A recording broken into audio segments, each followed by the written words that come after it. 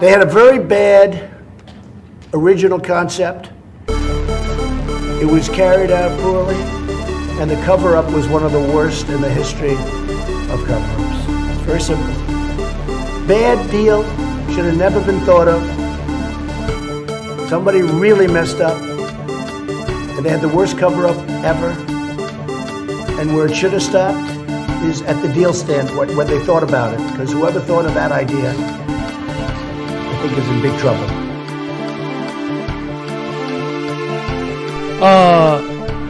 The founder of the Proud Boys is the Fed. I don't think anybody was surprised by that at all. He looks like a narc. I mean, the Proud Boys, I've been saying for a while, they're clearly the same niggas Antifa. Like, Antifa and Proud Boys just came up out of nowhere with Trump. And we're going to talk about that stuff on our right. The founder of the Proud Boys is the Fed. I don't think anybody was surprised by that at all. He looks like a narc. I mean, the Proud Boys, I've been saying for a while, they're clearly the same niggas Antifa. Like, Antifa and Proud Boys just came up out of nowhere with Trump. And we're going to talk about that stuff on our Rock Spin Premium. Very liberal people can. Dumb people, liberal people can. No, seriously, hot sauce. I've been eating a lot of hot sauce, a lot of raw peppers and hot sauce.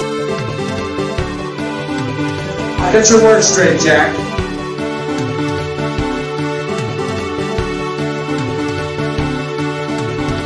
And he's like this, and we were, I need water, help me, I need water, help.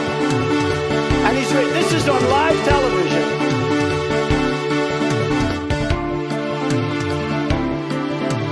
The battle of righteousness versus Satan.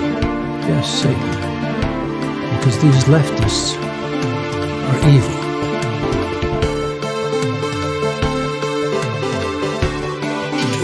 That was an opinion of somebody, and that was a retweet. I'll put it out there. People can decide for themselves. I don't know who created Pokemon Go, but I'm trying to figure out how we get them to have Pokemon go to the polls.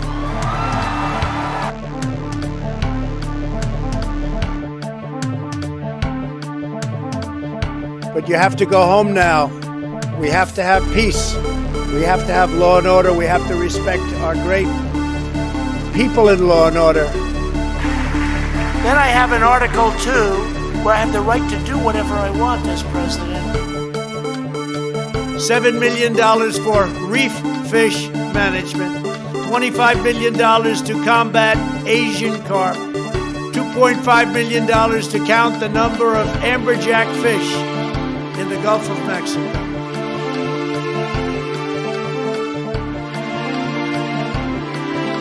Early in the morning, they went to the table with the black robe, the black shield.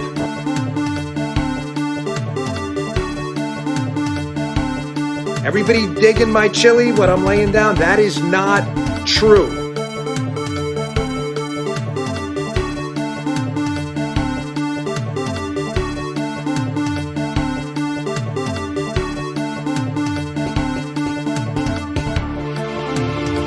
I've got to go. Let me respond. There's a lot to respond to here.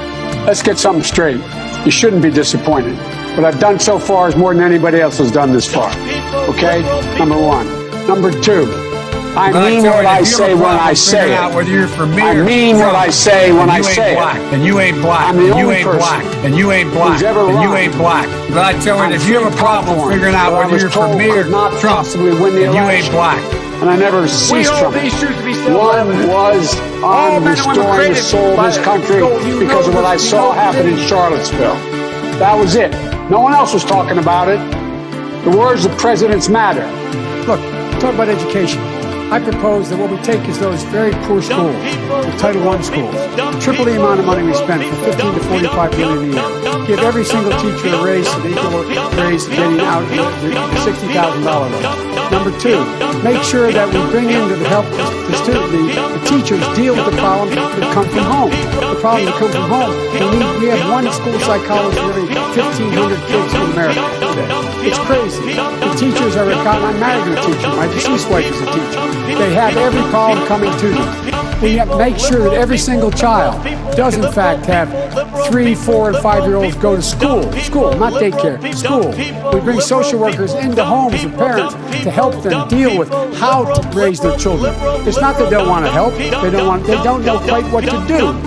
Play the radio, make sure the television, make sure you have the record player on at night, the phone, make sure the kids hear words. A kid coming from a very poor school, a very poor background, will hear 4 million words fewer spoken by the time they get there. There's so much I'm going to go like the rest of them do, twice over. He was not a loser.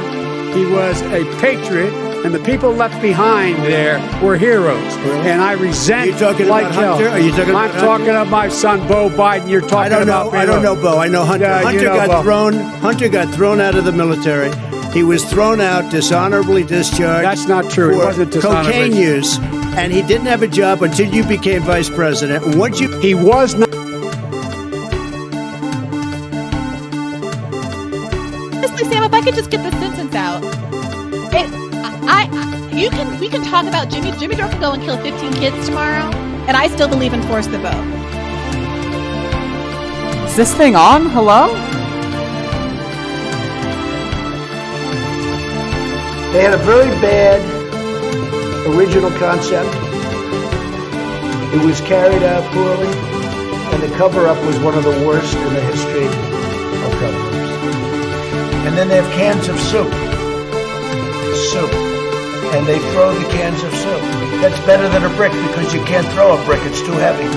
But a can of soup, you can really put some power into that, right? And then when they get caught, they say, no, this is soup from my family. They're so innocent. This is soup. Well, you have to understand, the first time I ever heard of Black Lives Matter, incredible. And you have people coming over with bags of soup, big bags of soup, and they lay it on the ground, and the anarchists take it, and they start throwing it. Big bags of pigs. like bacon. When it hits you, that's worse than a brick because it's got force. It's the perfect size. It's like made perfect. Running against the worst candidate in the history of presidential politics puts pressure on me. Can you imagine if I lose my whole life? What am I going to do? I'm going to say, I lost to the worst candidate in the history of politics. We hold these. I'm not going to feel so good. Maybe I'll have to leave the country. All men and women created by go. You know the thing.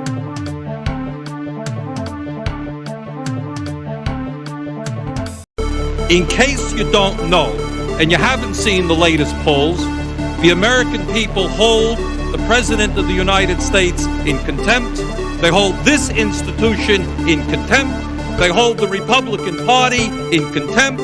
They hold the Democratic Party in contempt. They think that maybe, given all of the crises facing this country, it's about time that there was some bold leadership here. Who are you worried about? I'll tell you who I'm worried about. I'm worried about the fact that our workers are seeing a decline in their standard of living. They want to see our industry be rebuilt. Figuring out whether you're for me That's or what they Trump, want to see. No more and you B-2 ain't black. bombers. No more Star Wars. Let's make the quality products we need. Let's invest in American industry. No, I won't yield. No, seriously, hot sauce. I've been eating a lot of hot sauce, a lot of raw peppers and hot sauce. Did you use the word smart? So you said you went to Delaware State, but you forgot the name of your college. You didn't go to Delaware State. You graduated either the lowest or almost the lowest in your class. Don't ever use the word smart with me. Don't ever use that word. Oh, give me a break. Because you know what? There's nothing smart about you, Joe. You will file articles of impeachment against President Joe Biden.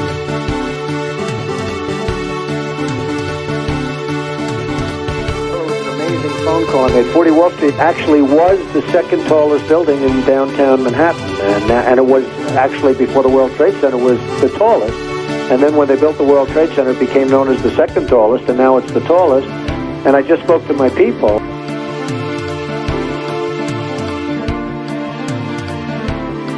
Get your words straight, Jack.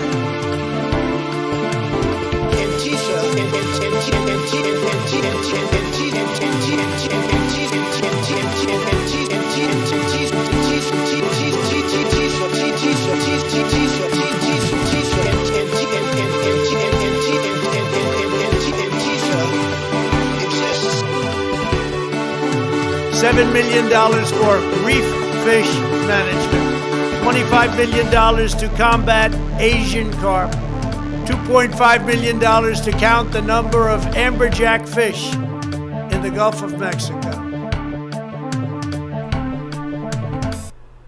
Hello, motherfucking users, and welcome to an all-new episodic installation of whatever the fuck. I don't even, like, what? What? What's even happening right now? I don't even know. But hello, users, nonetheless. I just want to let everyone know that I did no show prep. There's just, I did none at all. I woke up at 7 in the morning, and I was like, you know what? I'm just not going to do any show prep. I'm too lazy, so I did no show prep. I got some, things I could talk about, in bookmarks or whatever, but, we'll get into that, I guess. Yeah, so what's up, y'all? How's it going? What's up? I only got about 5.5 hours of sleep. I stayed up way too late yesterday because I'm a bitch motherfucker. When is Democracy Talk? I'm not sure. I have no idea, to be honest with you. They said 6:30, but, clearly I'm going to be covering impeachment, so I don't know if, I don't know. I don't know. So we'll see. When is the impeachment stream? Probably I'll do the same thing I did yesterday and start it at around 1:30. And then that way we can skip all the breaks and all that crap. And that way Bob Carmody can watch the Majority Report. That way I'm not stepping on anyone's toes. We can watch on 1.25x. And we can skip all those fucking breaks and their recesses. What is this? Fucking middle school? Elementary school? You're gonna skip the recesses? Come on, man. Or we're gonna have recesses? I'm sorry. No. My sleep was, I had no issues with my sleep. It was just I stayed up way too late. I was having a good time just existing on the internet, so stayed up way too late. But that's alright. I had a big bag of coffee. And I laid it on the ground. And then the anarchists took it. Honestly, we should be throwing cans of coffee at these people. Anyway, I'm brushing my hair because, I didn't yet, so. Yeah, so I am on Top Chat. Why am I on Top Chat? Let me go to live chat. All right. Hello, Dusty Scarlet. Hello, Billiard Dilliard. Hello, Leah Wiseman. Hello, Afraid Not Ampersand Ratchet. Hello, Verti Go. Hello, Joe Chen Spalding. Hello, G Hosty Bo-I. Hello, Rebecca Soul West. Hello, Gaia Love. Hello, Fun Po Lice. Hello, Esports Nation. Hello, R Resar. Hello, Bodan Savediuk. Hello, Vergas115. Hello, Exoxnachan. Hello, Kalida. Hello, Frack Glitcher. Hello, Guinea. Hello, Itor Vincesto. Hello, Cloud. Hello, Ryalan. Hello, Sure Yif. Hello, Aunt Taifa. Hello, Christal Koznichi. Hello, Land Z Robe. Hello, Bob Carmody. Hello. Did I miss anyone? Backing up. Hello, J Knees. Hello, Zero P. Hello. Hello, Click is my favorite sci-fi movie. Hello, Jake. Hello, Step Hens Mo Sake. Hello, Bet Hanny. Hello, Addy Had Me Lick. Hello, welcome. Hello, Max. Welcome. As you can see, Max the dog is here. Hello, Max. Hello, Carlos Osorio. Hello. Hello.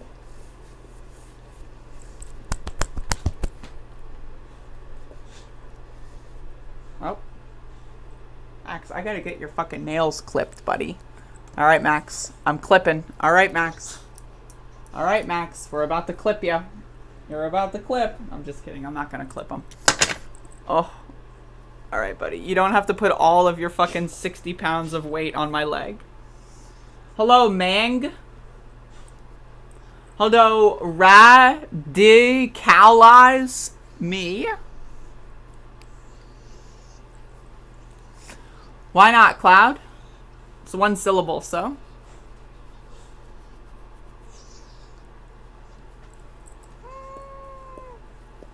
I could just do a whole stream just petting this dog and y'all would watch. I guarantee it. I could literally just sit here and pet this dog and y'all would be like, this is great content. I'm going to press like. Oh. Oh. Oh.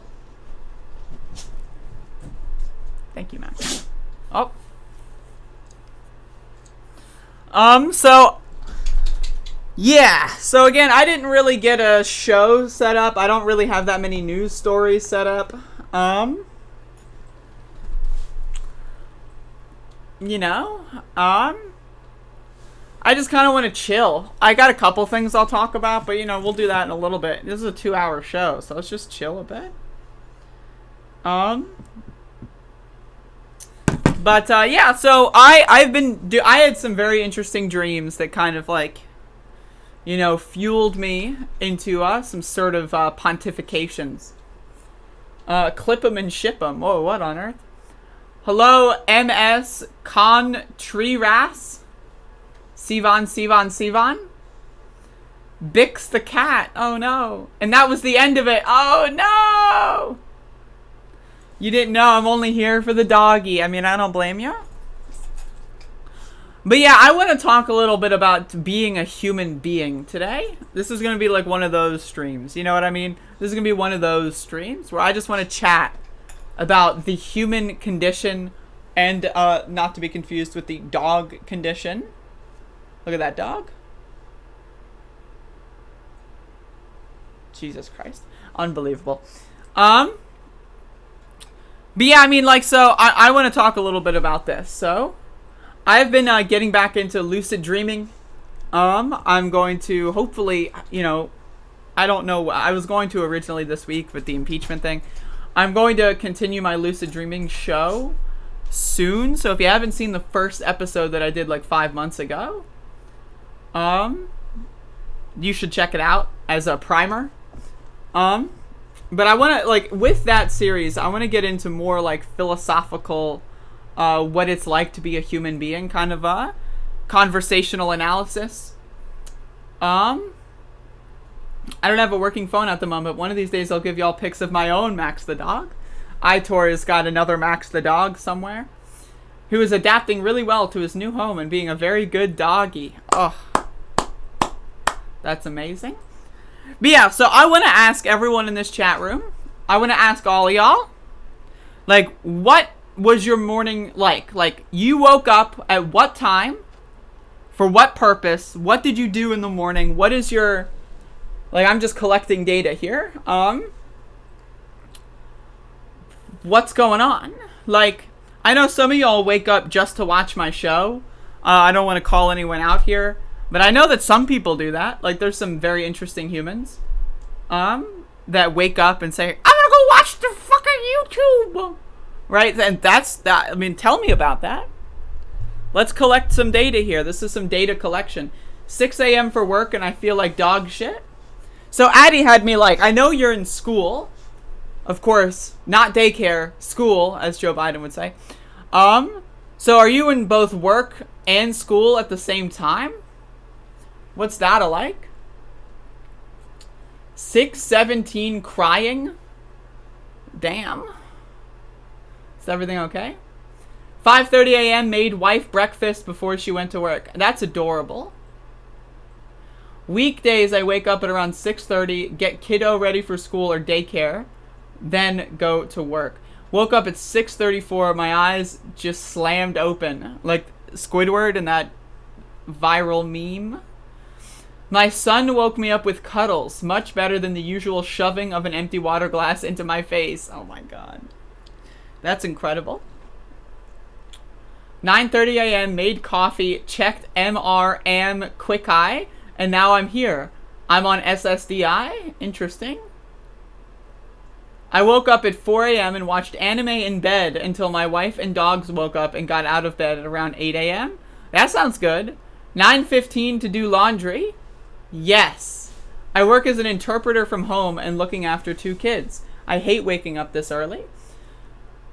Your show is perfect timing for my workflow. That's pretty awesome. I mean, okay, so the reason I ask is because I want to, like, you know, one of my things is, like, examining habits and routines. Woke up at 9:30. Is that, You woke up at 4:30? Lay in bed for 2 hours watching Limmy. Love it, love it. I woke up and watched anime in bed too. Love it. I woke up at midnight, been eating sandwiches and watching Netflix thriller on Elisa Lam. There have been so many not safe for stream in between. There have been some not safe. Whoa. Whoa. Oh, DBZ Super canceled. But yeah, the reason I ask is because I'm very interested in routines and examining routines. Like, when's the last time any of y'all have changed your routine in any particular fashion? Like, for me, I'm always on a constant hunt to make, like, small changes to my day. Like, for me, I woke up at about 7:45, because I slept in a little bit. Normally, I like to wake up at 7. But I stayed up until like 1:30. So I woke up at 7:45. I took Max out for a walkie. And I drank a bunch of coffee, like 2.5 cups of coffee. And I ate a Quest cookie. The wrapper was on my desk and now it's on the floor. But I had a Quest cookie. Soft and chewy. So a reminder to @Quest Nutrition on Twitter. Tell them where it's at. Because right now I'm in a situation where, you know, I would love to cook myself breakfast, but like, I'm just in such, you know, there's a lot going on and I just, you know, a little tired this morning. And just, you know, I didn't do so. Max knocked down my gobble. My gobble got knocked down. Max, why'd you do it? Max, why'd you do it? Uh-oh. Uh-oh, here he comes. Uh-oh, here he comes. Hello, Max. Hello. Why'd you do it? Hello, Max. Why'd you do it?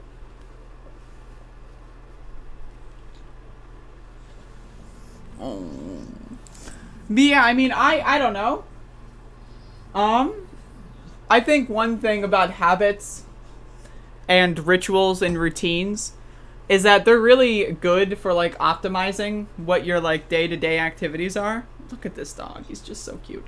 But it also like it feeds into autopilot. It feeds into you like not enjoying your life as much. And I've been really kind of like having that kind of thought experiment over the last like couple weeks or whatever. You had your Quest shake. I haven't had Quest shakes yet. Yeah, Quest is my version of Big Seltzer. I'm interested in big protein. Though I'm more interested in big fiber. One of the reasons why I like Quest more than other protein bars and other like protein companies is because they have a lot of fiber in their foods, and for my particular body composition and chronic illness, fiber helps alleviate my symptoms. So I try to eat anywhere between like 30 and 60 grams of fiber on a daily basis. And like a Quest bar got, 15 grams of fiber in there. So, 2 of those a day and I've hit my macro quota. But anyway, I just wanted to talk about it, like, especially because there's a lot of older folks that, I'm 24, obviously. So anyone older than 24 is who I'm referencing here. I'm not trying to, like, discriminate against people that are in a certain age bracket. But also, like, I don't really have, like, anything I need to do on a daily, like, I guess I don't need to do this. Like, if I were to skip above it all if I wanted to, like, sure, like, maybe it would, upset some of my viewers or whatever, but I could, I'm not going to get fired. There's no threat of, like, starvation if I, get fired and lose my job or whatever. So it's like, I don't know, I'm kind of free to do that. I make my own hours. And the reason why I started doing this show at 10 a.m. is specifically because I wanted a reason to get up in the morning. Because, like, sometimes if I want to wake up and I look at my phone and it's like, oh, can I just go back to sleep, Sometimes I have to come up with a way to avoid doing that. You're being age repressed. Oh no. I'm 34 and I have a family. Hell yes. My problem is reality. It sucks. Diabetes is killing me, but I'm not worried about that. I'm sorry to hear that. Woke up at 11 p.m. last night, added asparagus into my diet, and spent 5 hours trying to catch up on Discord and Twitter. Detox incoming, but the cat's into catnip again? Well, there you go. My favorite is the raw organic protein powder by Garden of Life. I have to look into that kind of stuff. I don't know. I'm not huge on protein powder. I like it with, like, coffee or something. Like, mix it with some coffee and, like, soy milk, and you got, like, a nice little meal replacer. Or you can put it in, like, waffles or something, if there's any waffle fans. But yeah, I just, like, again, I just want to talk about, like, what it is to be human today. That's kind of, like, my main thing. And I do have some news subjects that I'm going to get into if there's a lull in these conversations. But, like, this is something I've been thinking a lot about, is how to, like, optimize the human condition. Like, and when I say optimize, I don't necessarily mean, like, you wake up at 6 a.m., you brush your teeth at 6:04, you fucking, take a shit at 6:07, you fucking walk the dog at 6:12. I'm not talking about that kind of optimization. I'm talking about, like, giving yourself the room to do what's comfortable without worrying about stress or without worrying about, like, time or, like, time constraints or that kind of stuff. Because I know a lot of people have jobs or whatever. Like, for example, for those, I mean, I guess this is not a, because anyone that has a job probably isn't listening to this, but if you're watching the archive of this later, feel free to leave a comment. Worth noting that resting and giving yourself room to de-stress is a productive way of spending time. Absolutely. Yeah, I'm going to get into that. I wish I had the time to sleep too much.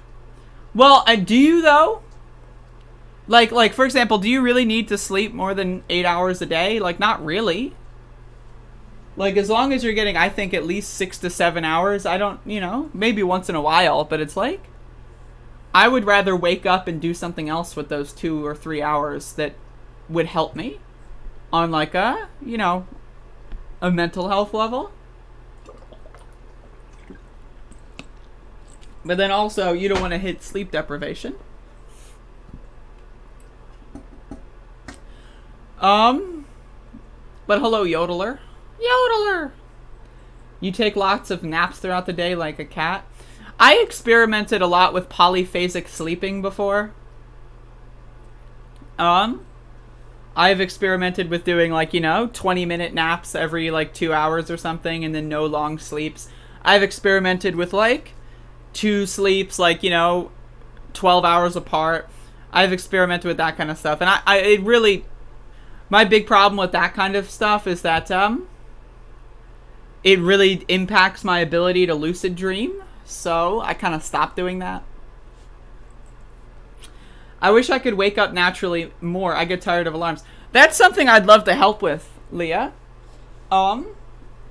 Because for me personally, I very often will get up 5 minutes before an alarm. because like I've just like trained my body in a way to do so.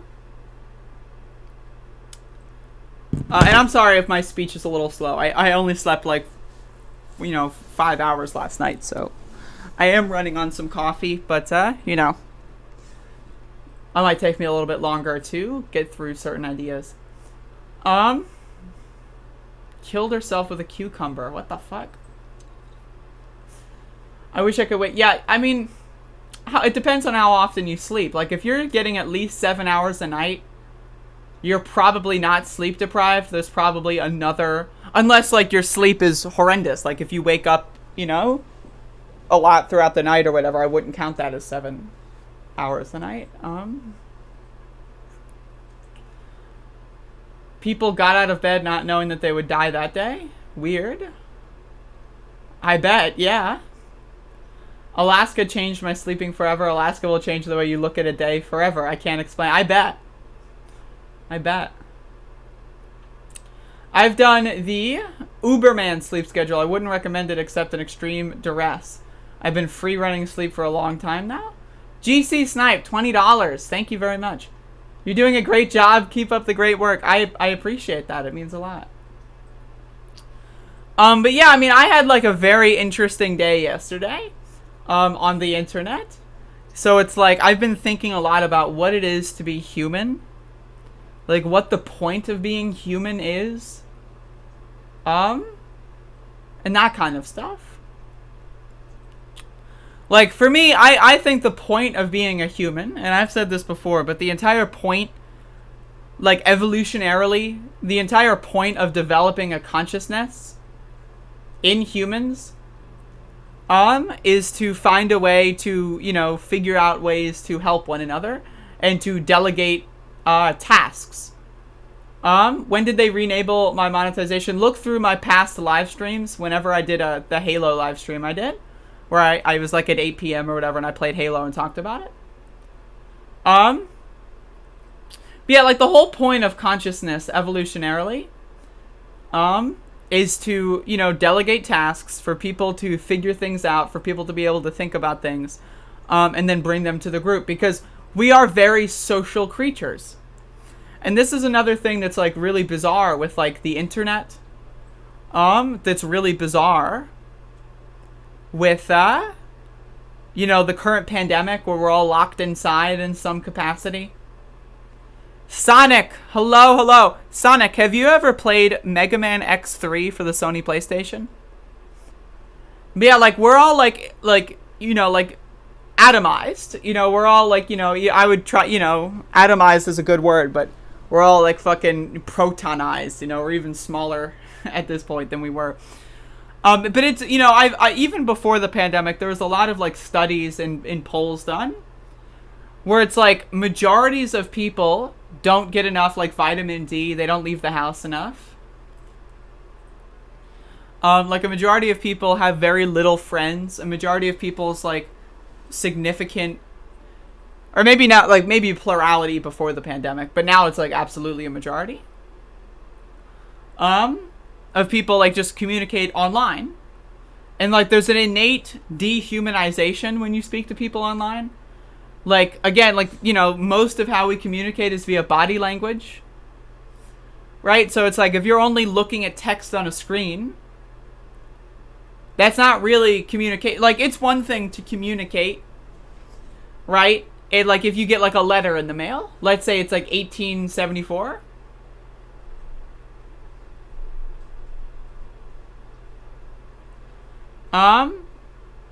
Unknown Stoils, like, tell me when you catch up and we'll talk about that.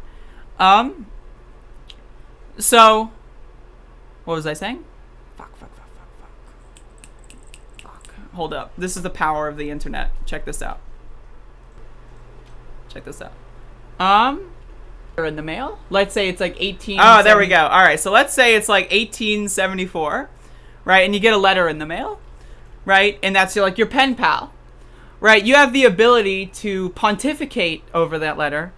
You have the ability to read it over several times. You have the ability to, like, do your best in trying to understand what the letter's intention is. And then you've got seemingly unlimited amount of time to craft your response. And there's no like, oh, I gotta respond. There's no like instant messaging. And I think that instant messaging, like the ability for people to interact with each other literally within like fractions of a second from one another in text only, I think that that's created such a huge problem of dehumanization in this culture.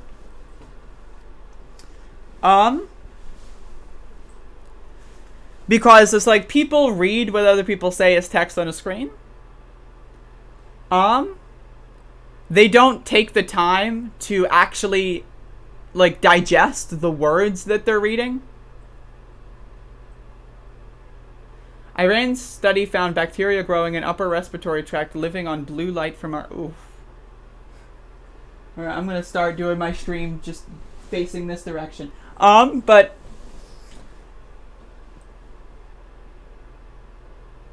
yeah, I didn't have me like, I've been writing emails with a friend. Like, there's like, for so long, human communication was either you're in a like you're talking together, right, and you get that body language, right, or you write to one another and you get that time to digest the letter, you know. And so like I feel like things like Twitter, Facebook, all these social media websites, even YouTube chats, comments, like, you know, Twitch chats, like it feels like there's a very big dehumanization going on, where it's like people just see text on a screen and their immediate reaction is like, how do I respond to this, rather than what is this person trying to convey to me? You know what I mean?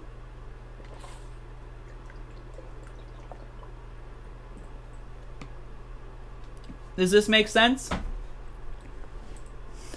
And I feel like, especially when it comes to like, you know, group activities, when you've got groups interacting with other groups, 2 4-hour blocks separated by 30 minutes to an hour where people would read by candlelight or have sex. I mean, whichever one. Yeah, no, I agree with that, Unknown Soil. I use waking up for 30 minutes and lucid dream practices every now and then. You know, read a little bit, you know, get the ideas implanted in your head and then go back to sleep. I'm passionate about not using social media. I mean, I feel you. But it's like, especially when you have groups interacting with other groups, is where this gets really problematic. Because, like, again, I had some extraordinarily bizarre, like, Twilight Zone-esque interactions yesterday on Twitter. And it led me to believe, like, I mean, like, this is something I've been talking about and thinking about for a while, but it kind of crystallized it a little bit more.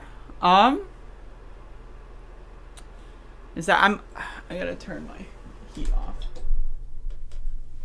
Usually around 10 or 11, it goes from, like, too cold to too hot, so I have to get into that zone. But when you have groups interacting with other groups, right? That puts like a tribalistic, like team sport mentality involved in this kinds of stuff, you know? So it's like, you know, let's say, you know, your team is going into you know, a big Twitter thread. Well, you're going to try to defend the people on your team. That's your work back from conclusion. Your foregone conclusion is, I want to defend someone's honor. That kind of stuff. I'm gonna take this off.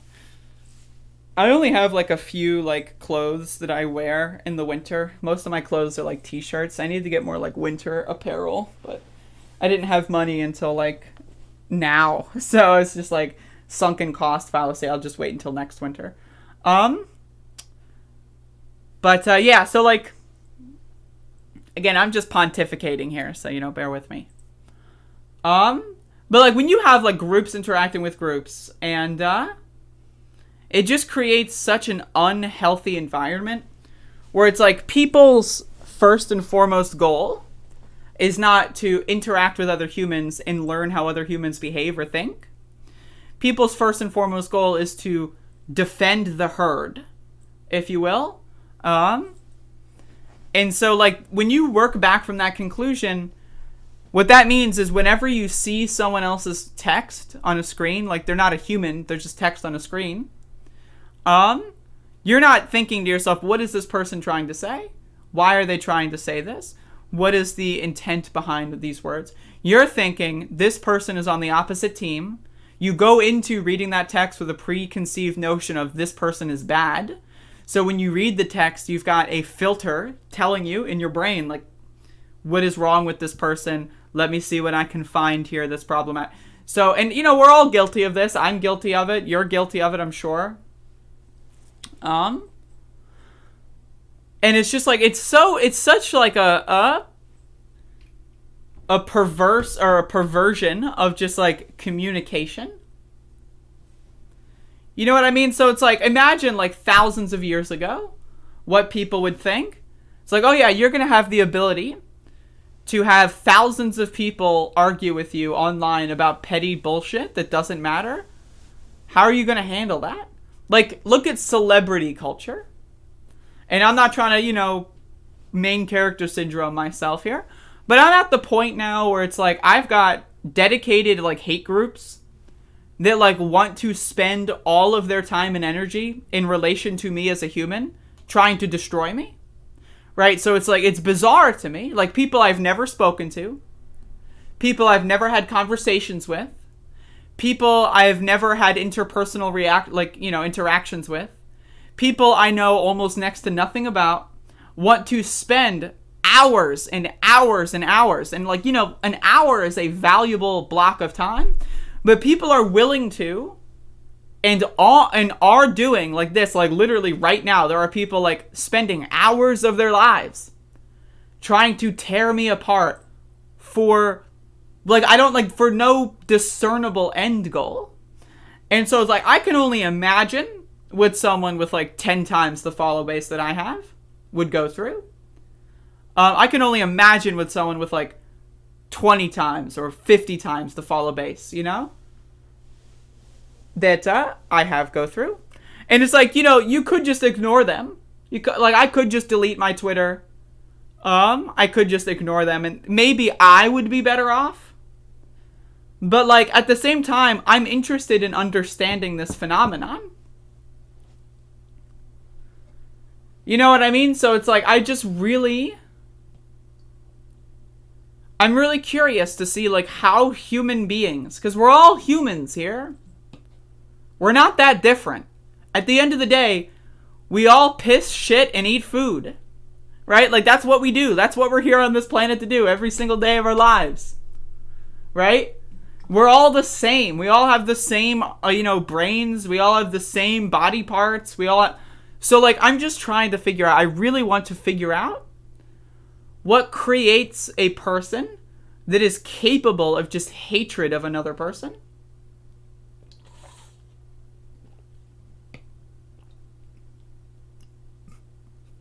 Promote what you love instead of bashing what you hate. That's kind of what I try to do as well.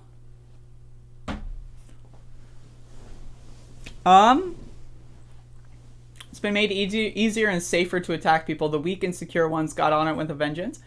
Yeah, that's the other thing is, again, like if you wanted to attack people, let's say 100 years ago, really you'd have to put your life on the line or your reputation on the line, right? Like, you could publish things anonymously in a newspaper, right? But like, it doesn't gain that much traction and all that stuff. But now we've got the ability, like with social media, and you can see this with like, the whole Russian troll farm kind of a thing, where it's like there are people out there that get paid good money to pretend to be people that they're not, with the intent to mislead people. And it's like, why would human beings do that? Well, they do it for money. Well, why do human beings need money? Well, they need to feed their families. And it's like, it gets to that point where it's like, I don't know, I'm just like, I'm pontificating here. I don't have answers. So I'm just kind of speaking out loud. Hey, Observer Cop, you just came on board. Welcome, welcome. Nature and nurture are responsible.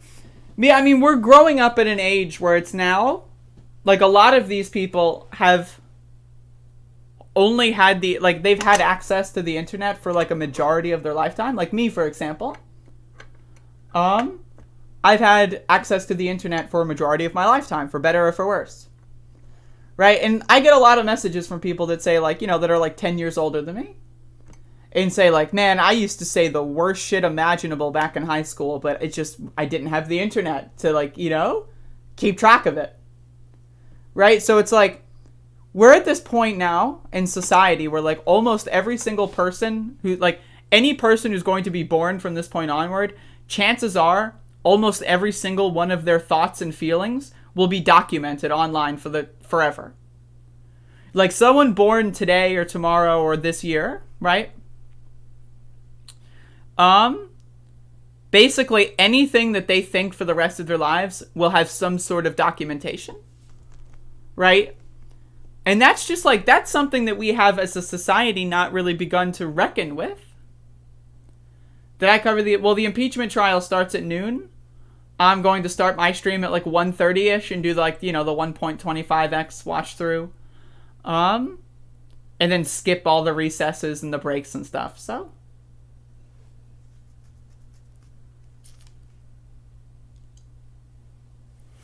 the Q phenomenon is definitely something that, like, again, I've had members of my family start believing in QAnon bullshit. And it's like, if I didn't intervene, right, like, again, like, if someone's only interactions with certain things are, like, alternate reality stuff, right, then they're more likely to start becoming and going into an alternate reality. But it's like, if this family member of mine did not have me to, like, try to be their anchor into the real world, who knows if they would be believing space lasers? Who knows if they would have tried to storm the Capitol? Who knows what they would have done in the name of Q, like a mysterious, non-existent, like, prophet or something? And that's another thing, is like, everyone is trapped within their own alternative worlds. And really the only way to mitigate the side effects of that is by having an extremely well-reasoned and healthy amount of skepticism. Hello, Jeffrey. Nice plug. Let me readjust my seating posture here.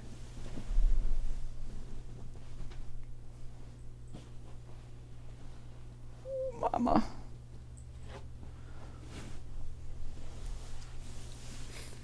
But, like, I'm thinking to myself how social media can create. Would you mind sending me more information, Autumn Sword?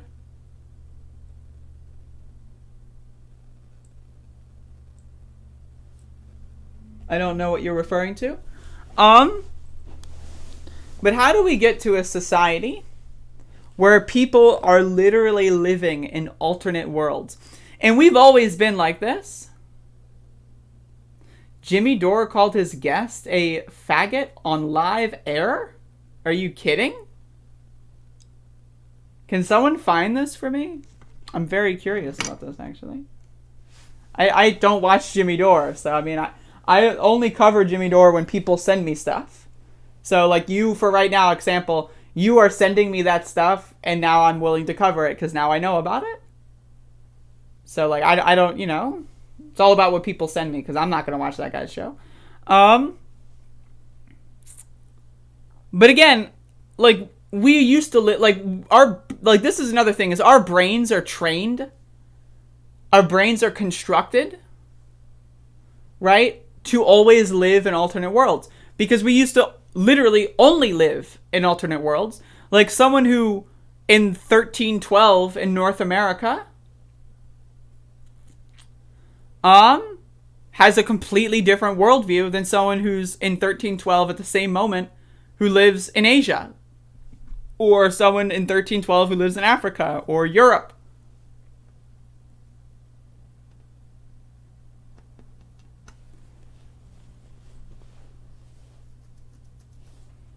I mean, feel free to send me that and I'll give a live take live on stream.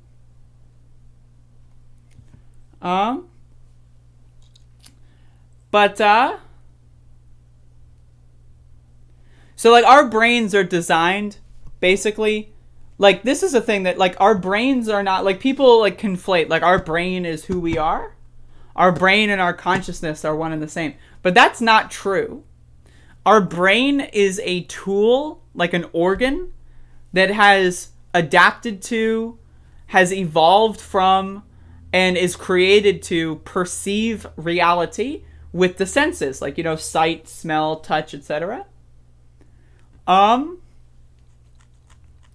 And so, like, our consciousness is based on how we perceive the world. Like, so, for example, right now I'm looking at the camera, you know, hello, camera, right? Like, but for you, it's like you see me, and you see, like, and you're watching me on a screen or whatever. And those are your senses. But for me, I'm not watching me on a screen. Like, I'm actually real.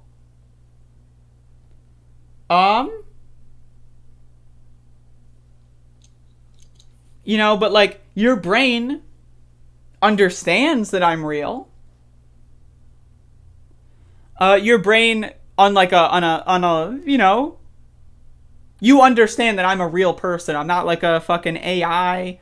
I'm not like a virtual fucking creation. Like, I'm a real human. But, like, you also don't, like, you know, if we were to interact in person, you would have a much better understanding of what I look like, how I behave, what my body language is, etc.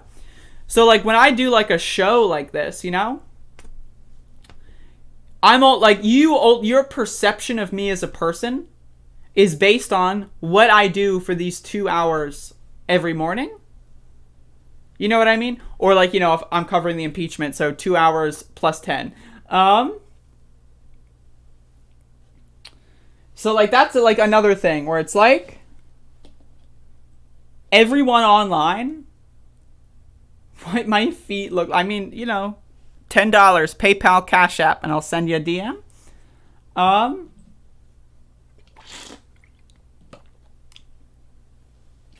But my point with that is that, like, everyone on the internet, right?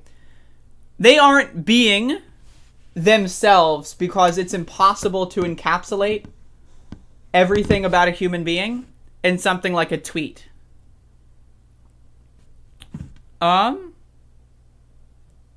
You know what I'm saying?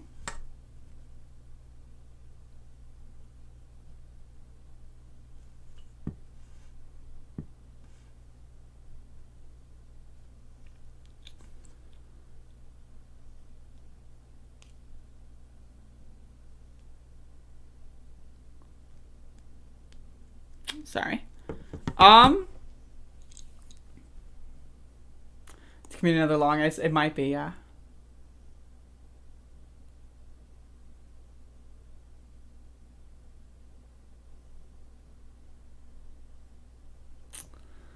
Are you catching my chili? I'm catching the chili. I'm digging the chili, etc.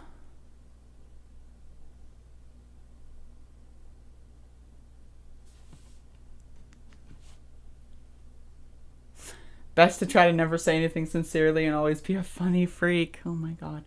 But my point is, like, we can't, I mean, even in person, you only know what the person in front of you is, you know, projecting to you. But, like, again, even in person, there's the body language thing. Where it's you can maybe, like, if someone is lying to you about something, you can maybe, you know, see their eyes twitch or them scratch their nose, or, you know, like, that kind of stuff. Like, you know, there's more depth to being able to read a person. When it comes to in-person reaction, but, like, when it's online and especially in the form of text,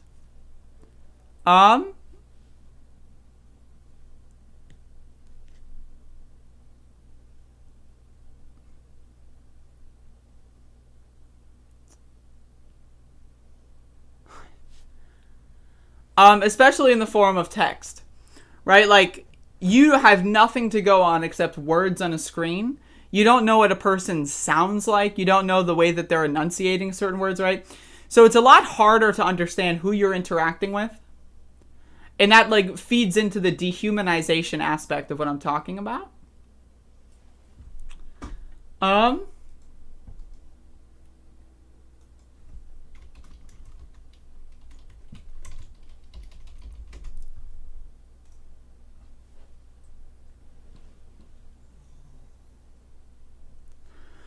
Most of online interaction is just trying to figure out if a person is acting in good faith or not. That's the trouble with YouTube. It fuels canceling people too. Agreed, yeah. It fuels extreme behavior because, again, people are only going to show, especially like people in my field, and like, you know, I can tell you that I'm a real person. I can tell you that, like, you know, I don't put on a character, but you don't know that for sure because there's a lot of other people that will say the same things, but that are absolutely playing a character, that are absolutely only saying specific things for specific reasons, that are absolutely doing things for ulterior motives. You know what I mean? So it's like, I can tell you whether, like, you know, I have nothing to hide. I'm not, like, you know, making things up to be, like, you know, a grand individual. No!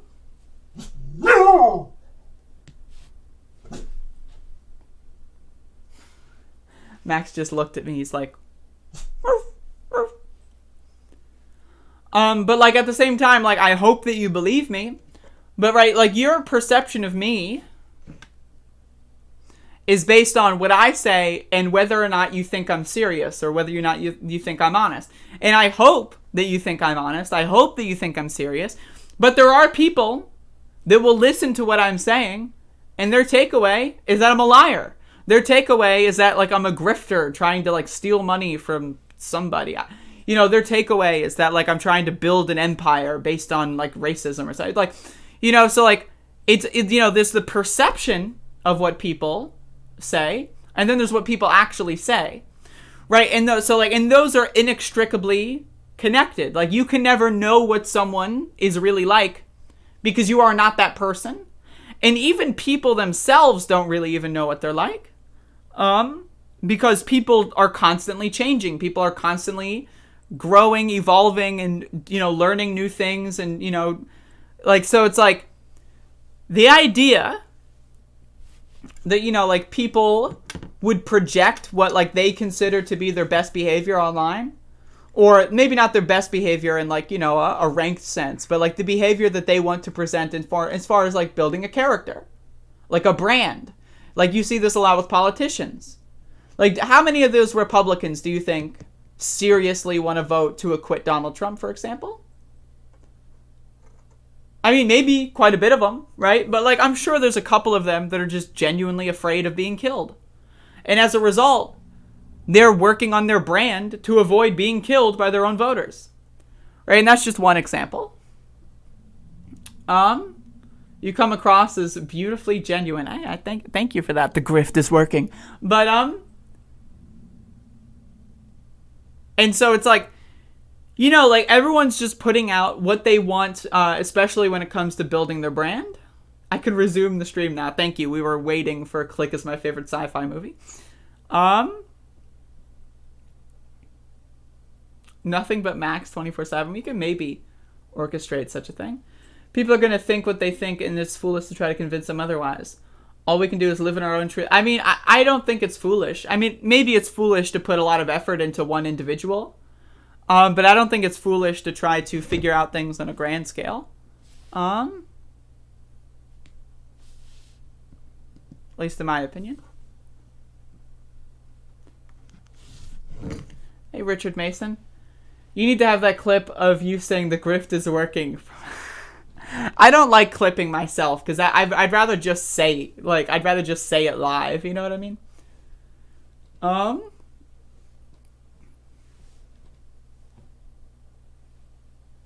We can always be moving people one position immediately left of where they're at. I agree with that. The cyber demon is a thinker. Yeah, I try my best.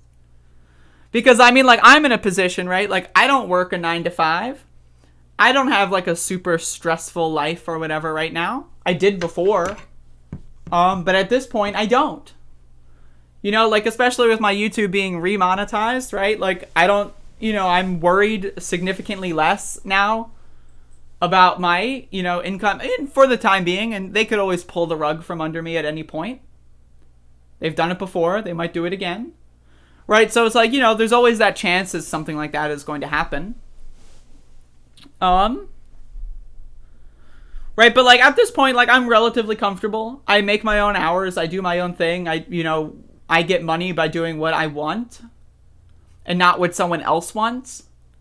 Right? So I'm afforded a lot of time to just think about random bullshit and to kind of like try to, like, again, if our interactions are limited to just 2 hours a day in the morning, you know what I mean? Like, I want to find a way to give you something to think about on your own terms.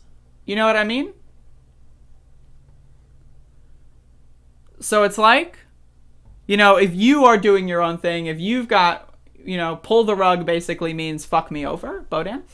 So like if you're in a situation where you're like, not afforded the same luxuries I am, I want to be able to use my, ability to just sit at home and think about random bullshit and read books and like fucking all that kind of shit and like experiment with my, my brain and shit.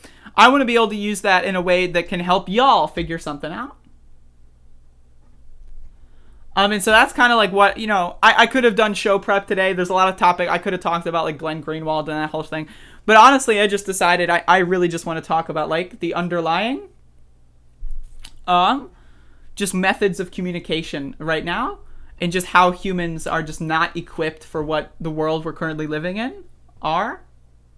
I come here to take grifting notes to get better at the grift. See, there you go.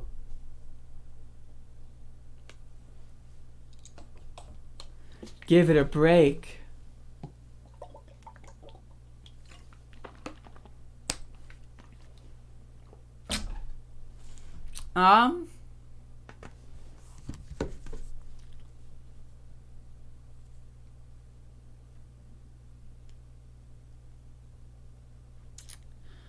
But yeah, so like my point right now is that like, that's what I feel like my role is. And so like what I said before, like I think that the evolutionary purpose of the human consciousness, hello John, about Elias. I'd like to give you a tailor-made donation in the form of a logo and visual identity. Are you telling me Comic Sans is not doing it? You're telling me bright yellow Comic Sans isn't doing the trick? You can email me. I'll post my email in the chat.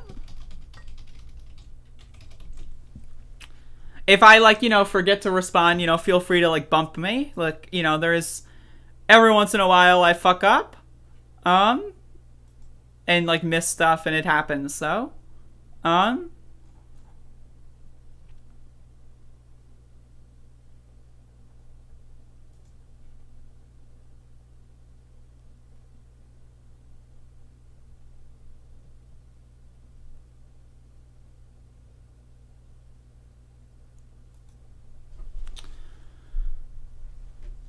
hell yeah. Maybe we can do Comic Sans Plus, But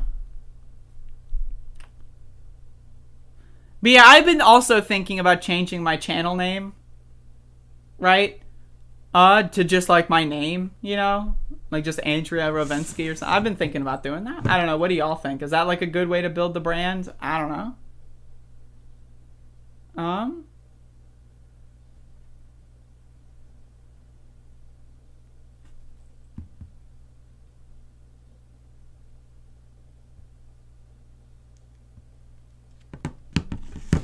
I haven't reviewed the Bernie clip. I'm just kind of pontificating this morning, Mudjo.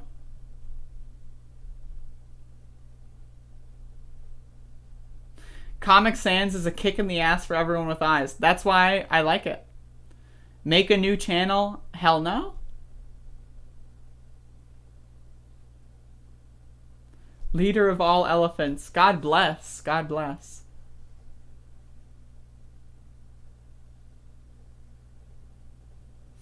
My buddy went by the nickname Cheese at work. I chose Comic Sans for my logo specifically because it's hated.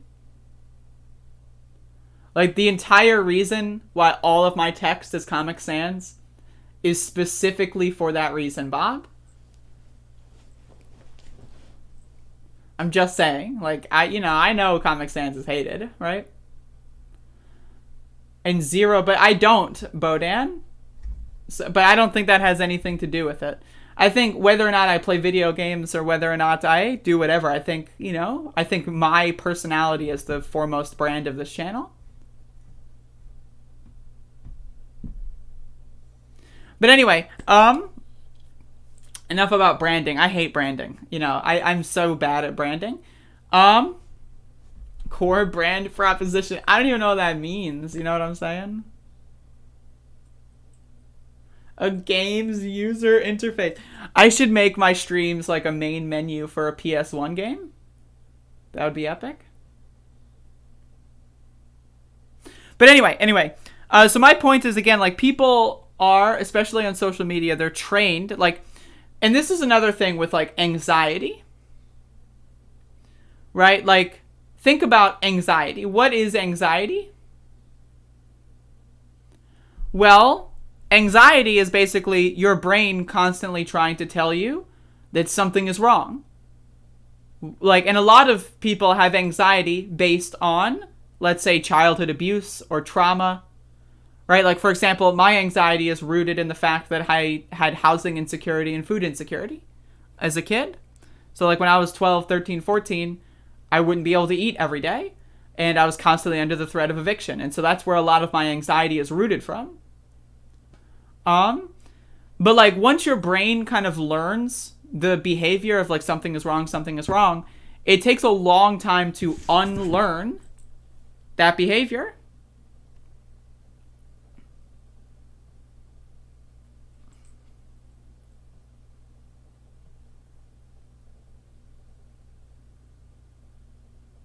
Hold up. I'm in such a bizarre dialogue tree right now. I always try to take every social interaction to the fullest, and this one is getting a little interesting.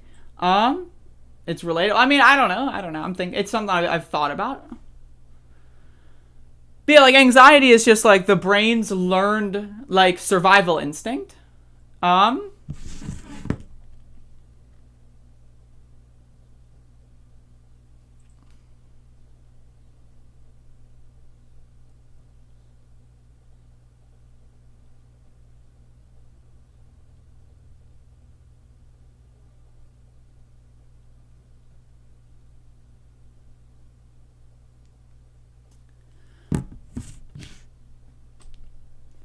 And so, like, and that's just anxiety. Like, there's a lot of other stuff that are deeply rooted in the brain. Anxiety can be genetic. Well, yeah, like, obviously your genes influence how quick or how long-lasting your brain can develop anxiety, and how it develops anxiety, and what creates the development of anxiety. So, like, in my instance, a lot of my anxiety goes back to food insecurity and housing insecurity, right? And I had chronic illness as a kid as well. And I always thought that, if people found out about my chronic illness, I'd be mocked or made fun of. So, like, a lot of my a lot of my anxiety is based on a lot of my physical circumstances. But a lot of other people, like, again, they might be more genetically predisposed to anxiety, and that may get triggered or learned behavior, like, may learn in a certain way based on things that aren't necessarily traumatic, right? And everyone's different, and that's the thing, is, like, and so, like, the brain, like, and this is what I'm talking about, is, like, the brain as a tool and as an organ is different from you as a person, right? Like, and you as a as like a consciousness, or like a human, or like your ego, right? So it's like if you had control of your body and your brain, and you were really in control of your life, why would anyone be anxious about anything? If it's, like, not like a real survival thing, like, to be anxious about, right? Why are people depressed? It doesn't make any sense, right? If you were in complete control, why would people be addicted to food, for example, like sugar or fast food or greasy food or trans fats or specific drugs or alcohol, right? And so, like, that's another thing. It's like we're all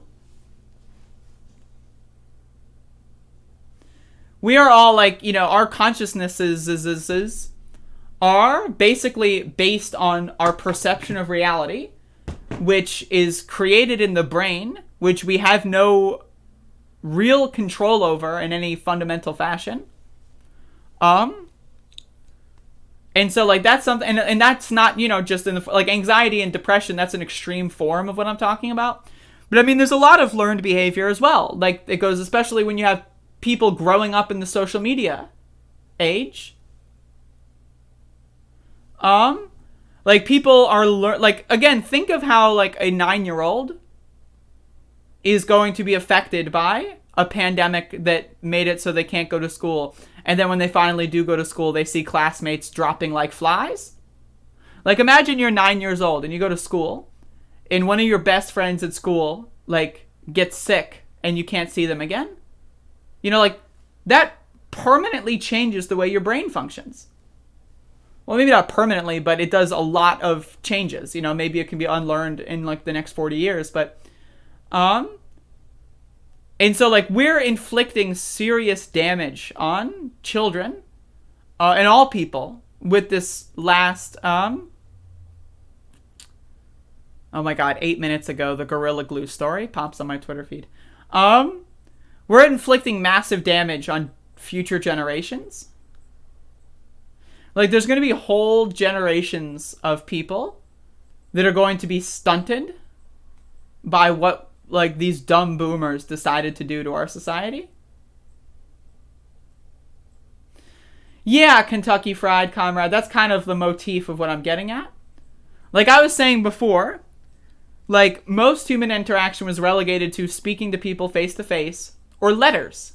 And letters are, you know, you ruminate over what the letter says. It's like, all right, this person's like, you know, you think about it, you draft a response, you know, maybe you have a second draft, and then, you know, you want it, like, because, you know, the letter takes a month to get to your buddy, you know, across the country, you know, or like on another country, or like, you know, so you want to make sure that when you write this letter, you want to make sure you get all of your thoughts and feelings out, and you want to make sure you're conveying everything you want to convey, because it will probably be 2 months before you get to respond again, right? And then there's, like, at this point, we're at the point where we can respond instantaneously. We're not even reading what each other are saying. Like, we're not even interacting in, you know, as people say, good faith. But I don't think, like, I think that there's a lot of people, Alka Sletzer, I prefer Seltzer, thank you,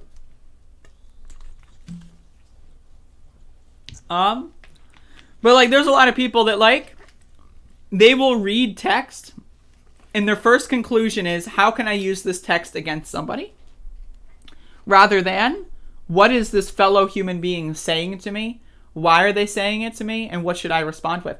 Because, like, we're, like, bombarded with, like, notifications. Like, for me right now, like, if I've got 12 Twitter notifications and I just refreshed it like 10 minutes ago, and I've already got 12 Twitter notifications. I'm sorry. And so it's like, am I going to spend the proper time in really analyzing all these notifications? I don't think I'm capable of doing so. 9 of those Twitter notifications are, well, here's some max for you. Flopped over like a dang dog.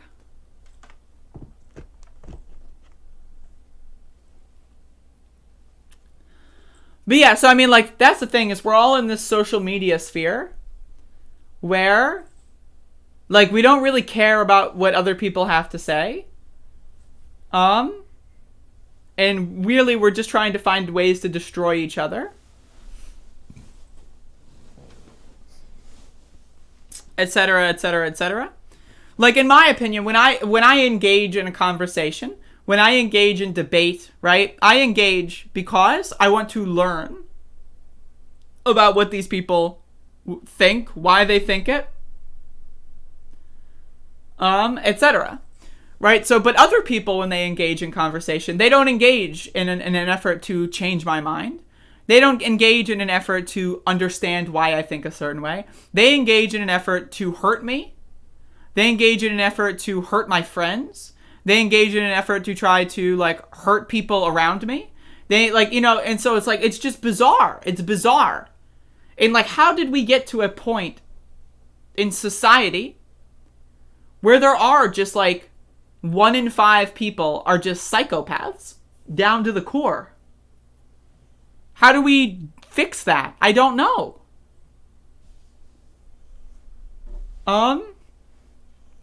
So like, again, like when you're, you know, and I don't think when people say like, you know, the term bad faith, I don't typically think and associate that with people that say like, oh, I'm going to engage in this conversation to set them up and troll them. Like, it's not a conscious behavior. You know what I mean? Like, for some people, absolutely. For some people, it absolutely is a conscious behavior.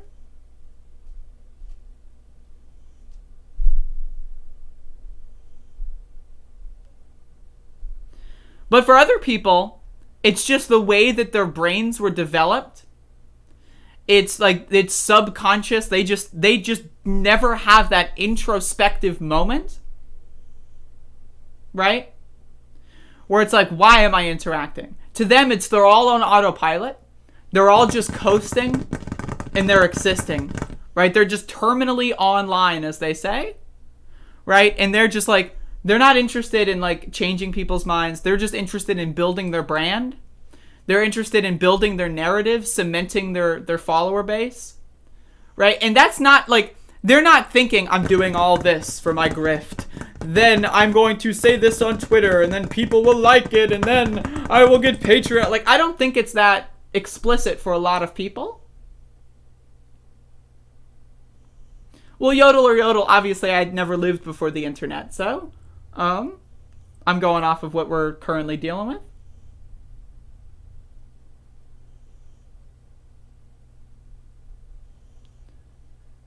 Well, I appreciate that, Kentucky Fried Comrade. It means a lot to me. I always try to make sure that, like, you know, like, even if we disagree on whatever, I don't care. Like, I'm fine disagreeing with people. You know, like, if you come into my mentions and talk about how Bitcoin is evil, sure, like, I'll want to, like, you know, wring your neck, but at the end of the day, we're still buddies, right? And so, like, a lot of people don't have that self-awareness. A lot of people just try to build these echo chambers. Right? But again, I don't think this bad faith, like, thing, I don't think it's an explicit, like, I think that there are some people, you know, I think, you know, that there are some people that are very explicit about that. But I don't think that all people are explicit, especially, like, followers. Like, I think people like Nico House, maybe, are very explicit in their internet behavior as a way to build their brand. That's my prediction, and, hey, I'd love to debate him on that, but he's afraid to debate me, so what are you gonna do, right? But, like, then you have to realize, like, this person has, like, 50,000 followers. Like, there are 50,000 people. Like, you could fill a fucking auditorium or a gymnasium or, like, fill a giant field or, like, a, you know, with these people that maybe aren't bad faith actors, but are being trained subconsciously to be bad actors. You know what I mean? And so it's like, and that's the other thing, and there's that disconnect. And like for example, I have followers. I've got 90 people listening to me right now, and I'm not even covering news. I'm just blogging at this point, right? I'm just like, whoa, what am I, like, I'm just saying nothing, you know, but you know. And that's incredible. And so, like, I want people, like, I've got 90 viewers right now. I don't want these 90 viewers to, like, go on, like, you know, Twitter rampages, you know, trying to tear people down. You know what I mean? Like, I want to, if I've got the opportunity where I have 2 hours a day, every single day, 7 days a week, that I am allowed to say whatever I want and people will listen, I want people to take value from that. I want people to improve their lives. Right? Whereas, like, a lot of other people, you know, I'll just use Nico as an example. They are doing it for a paycheck, to build their brand, to, like, you know, run for office or to acquire power, right? They're not doing it to help people's lives. They're doing it to help themselves, and it's self-serving. Right? But it's like, if I can do this in a way that I try to help people's lives, and I still am this is my thing as well. I'm not interested in building an empire. I'm not interested in, like, you know, conquering the world. I'm interested in, first and foremost, I want to be able to pay my rent, pay for food, right? Be able to live in a house, you know, be able to, like, drink clean water, to be able to eat healthy foods, to be able to breathe clean air, right? To be able to just live as a human. That's first and foremost, right? And then once I've got that figured out, I'm good. Like, for me right now, like, if my income and, like, everything stays what it is right now, I will be perfectly fine for the rest of my life. And I'm perfectly content just doing something like this. And I would like to get more people to listen. I would love to get more people to listen. And of course that's a goal. But I don't want to get people to listen to me because I don't necessarily want to build my brand. Because, like, again, you should never, anyone, if it's me or if it's any other YouTuber that you like better than me, I know, like, think about that. Someone that you like better than me, I know, it's incredible. But, you know, you got to get your sources of information from multiple people. You know, because, like, you know, I don't want to create clones of myself, right? Because creating clones of myself doesn't help me in any capacity, right? I want people to, if I say something stupid, right? I want people to tell me, hey, what you're saying is stupid. And I want to craft an audience where it's like, they feel comfortable speaking out against me. I want to give them the space to speak out against me. And, you know, it doesn't have to be like, oh, I'm going to cancel you for what, like, you know, even if it's just a disagreement. I want to, like, you know, for example, like Captain Spock came in the stream yesterday and was talking about energy and stuff. And, you know, I learned a little bit. And so, like, that's all I'm at. Like, I want to be able, like, that's the whole point of, again, when I say human consciousness, right? Is, like, I want to help people help themselves, help others. And I think, like, that's the thing, is I think once you help someone help themselves, help others, you will gain just from that. Like, so for example, I was almost homeless. I almost killed myself, right? But for friends and family that were able to pull me out of that environment, to say, hey, your life is valuable, you deserve to live, and to help me get on my feet. And as a result, this is where I'm at now. So I've had people help me, like, save me from the depths of despair. And I want to, like, you know, I guess pay it forward, I guess. I want to be able to say, like, well, I'm here. I'm able to, you know, sit in my bedroom and smoke weed and think about the world or whatever. Though I am on a weed break. Coming on 2 weeks now. And so it's like, you know, people helped me. I want to be able to help them. You know, there's a lot of people that helped me that have their own problems that I would love to help with. You know, that whether it be, like, you know, anxiety, depression, food addiction, other kinds of stuff, you know? And I think if your goal is to help people be healthy, happy, and skeptical of the world around them, that will benefit you. Like, you will get the fruits of that. But it might not be instantly. It might not be like, oh, I saw someone defend my honor on Twitter, you know? But maybe it'll be like 3 years from now. You're going to get a message from someone that says, like, you really helped me when I was depressed and listening to your streams. Because I get people, right, that are like, you know, I listened to your streams and it helped me survive depression. And if it weren't for you, I'd probably have killed myself. And it's like, that's crazy, right? And so, like, that makes me feel like what I do is worth it. That makes them be in a better position, right? And then when they're in a better position, yeah, they'll be able to interact with me and we'll be able to have positive interactions. But then everyone also has their own unique family and friend bubbles, you know? Like, y'all don't know anyone in my family. Like, when I go downstairs, y'all know no one in my house. Y'all don't know anything at all, because I respect their privacy and so forth. So it's like, but like, I'm able to, if I learn something from y'all, if y'all teach me something, I'm able to go downstairs and, like, maybe talk to my family or whatever. And, like, you know, if we're in the kitchen together making food or whatever, I'm able to have small talk and teach them some, you know, and, like, so that's my thing. And then they have their own friends and networks that they speak to, and then maybe they'll pass. So that's what I'm all about, is making slow and steady improvements to people's lives that can be long-lasting. I listened to your stream and it inspired me to kill in Minecraft. Oh no. I just come here to stalk Bob. Oh no. Yo, my bed sheet right now. Jesus Christ.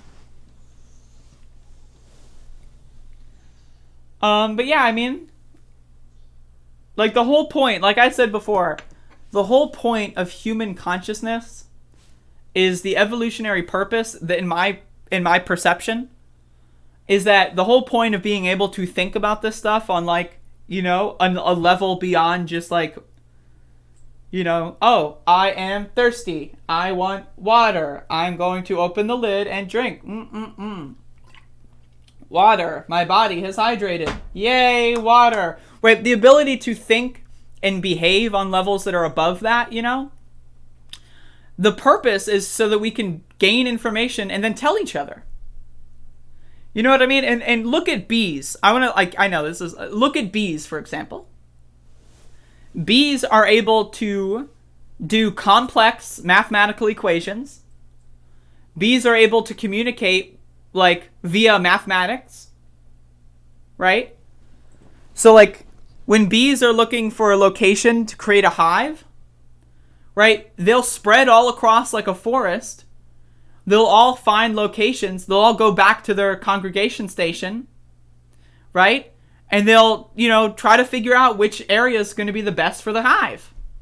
And they talk to each other. They vote on which area would be the best suitable for their next housing project. And that's incredible. Right? And that's basically what humans are for. Like that's what consciousness is for. Like for us all to go investigate our own areas of the forest and then come back to the meeting grounds and explain to each other what we found. It's like, oh yeah, I found a cool ravine over there. Oh yeah, I found like, you know, a bunch of trees that we could maybe like roll into like a house or something. You know, oh, I found, you know, like a bunch of, you know, wild fucking vegetables that we could eat. You know, like that's the whole point of being able to congregate and communicate, and that's the whole point of language. Stayed for the feet pics. I can't. Right, so I don't know. Like we need to really think about that. Like what are we wasting hours on like Twitter having bizarre, like hateful conversations with each other? What is that? What do we gain from that? I don't know. I have no idea. Right, like for example, let's say someone in your pack or your, you know, tribe or whatever came back with like a bushel full of poisoned berries, right? But I knew that they were poisonous and they didn't. Well, I can intervene and say, yo, that's poisonous, you know, don't eat that. So my experience influences their experience. So now they know that, hey, that's poisonous. They don't have to undergo like, you know, stomach aches or, you know, throwing up or like, you know, passing out. They don't have to deal with the side effects. Because I knew that information and I was able to assist them. A bushel. I don't know. Did I use that word correctly? I don't know. Don't be mean. Connecting with others and sharing info is the best part of the internet. I know, isn't it incredible? But then there's also like, that's the worst part of the internet because there's dishonest actors out there that are trying to muddy the waters. And that's why, like, you know, power is just such a bad thing. Like, if we all, like, are, you know, treating each other as equals and no one's just trying to be above one another, you know? We don't have the need to try to, like, you know, become president and then, like, you know, hurt people who are against us. Like, look at, like, the Controlled Substances Act, right? Richard Nixon's aides said, right, that the entire purpose of banning certain drugs, like, you know, psychedelics, marijuana, that kind of stuff, the whole purpose was to, quote, lock up the blacks and the hippies because they kept voting against us. Right? That is something that resonates with me. Why did they make certain, you know, plants illegal? Well, it's not because of health and safety. It's because they wanted to win elections. And they wanted to cement their power. And they wanted to find a way that they could to convince others to hate people that disagree with them. Right? And that's like, it's astounding to me. That like we're still dealing with the repercussions of that when it was obviously just a racist and classist way of just locking people up and stripping their voting rights because, they just disagreed. What do you mean by that? Yo, who, yo?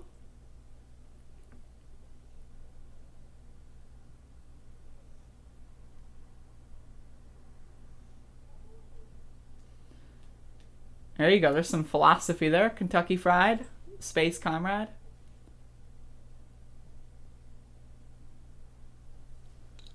Like, let's say there was let's say Richard Nixon was like a Democrat who is super power hungry.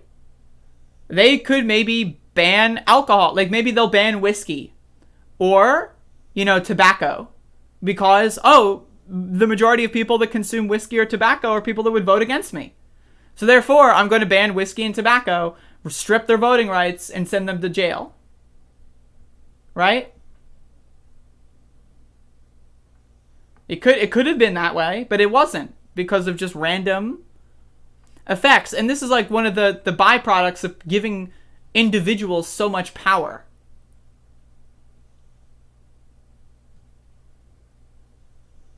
Like giving individuals so much power to be able to affect the lives of millions of other people, it's just such a bad deal. Like seriously, the idea of a president, like let's be honest. And where it should have stopped is at the deal standpoint, when they thought about it. Bad deal, should have never been thought of.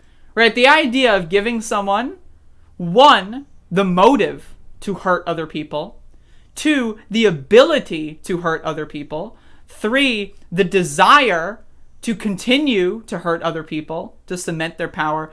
Like, just the concept of having leaders is just, it's fascinating to me. It's fascinating. Anyway, I don't know, thank you for listening to my TED Talk. I'm going to probably wrap this up relatively soon. I'm going to start the impeachment charade at about 1:30 p.m. Eastern, so in about 2 hours from now. So that way I've got the time to skip all the recesses, skip all the breaks, and fast forward a little bit.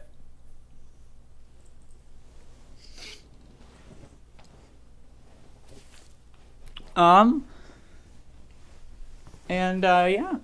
So, I'm going to try to get comfy. Oh, mama. Let's go.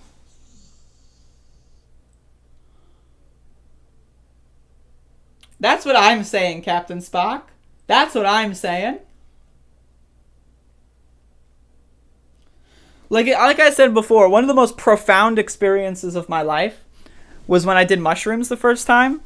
And I experienced time dilation and ego death. And it's there was a period of my consciousness remembering details of who I am and what I am. It's remembering that I'm a human being was fascinating. That was just the most interesting thing in the world. I was I'm a human being. What is a human? I don't even know what that is. And then I remembered, oh shit, humans eat food. Food, what is food? And it was just, oh man, that shit's crazy, dude. It was so good. But again, I mean, the idea, again, the brain is just a tool. Our consciousness doesn't really, it's not a thing, really. The idea that someone can be depressed, it's what? Why are you depressed? Just don't be depressed, right? But it's obviously not that simple. But there are people out there that pretend it's that simple. It's what? You think it's just that simple? Oh yeah, you're just depressed? Well, stop it. It's not that simple, right? Because our brains, our consciousnesses are subject to the ways our brains influence it. Our realities as the way that we perceive them is subject to the way our brains work. You know what I mean?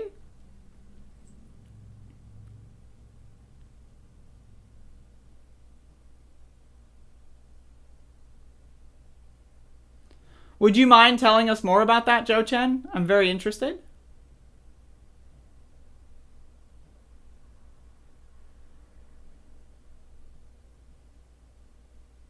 Like, for me right now, like, again, I spent basically age 12 or 13 all the way up until, like, last year having significant symptoms of depression. I tried to kill myself, like, at least 5 times throughout those, like, 10 years or so. You know, I failed.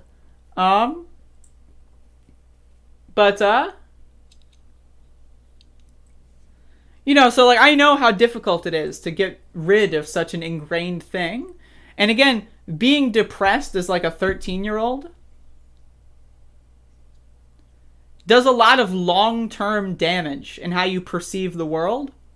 So, like, me being, like, 19, 20, 21, 22, trying to kill myself was influenced by the fact that, like, my brain was developing around the idea that I'm going to kill myself, right? So, like, for example, when I was faced with a housing crisis, right, around, you know, the housing crisis of the Great Recession or whatever, right, I taught myself that, well, I'll just enjoy what life I've got right now, right? And as soon as I, you know, get evicted or as soon as I run out of food to eat, I'll just jump into traffic. Because I've got no tools, I've got no resources for me to crawl out of that. I'm 13. Right? I was 13 and I thought this shit.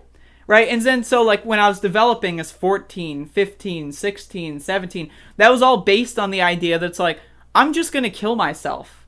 You know? It's just like, what's the point in doing anything?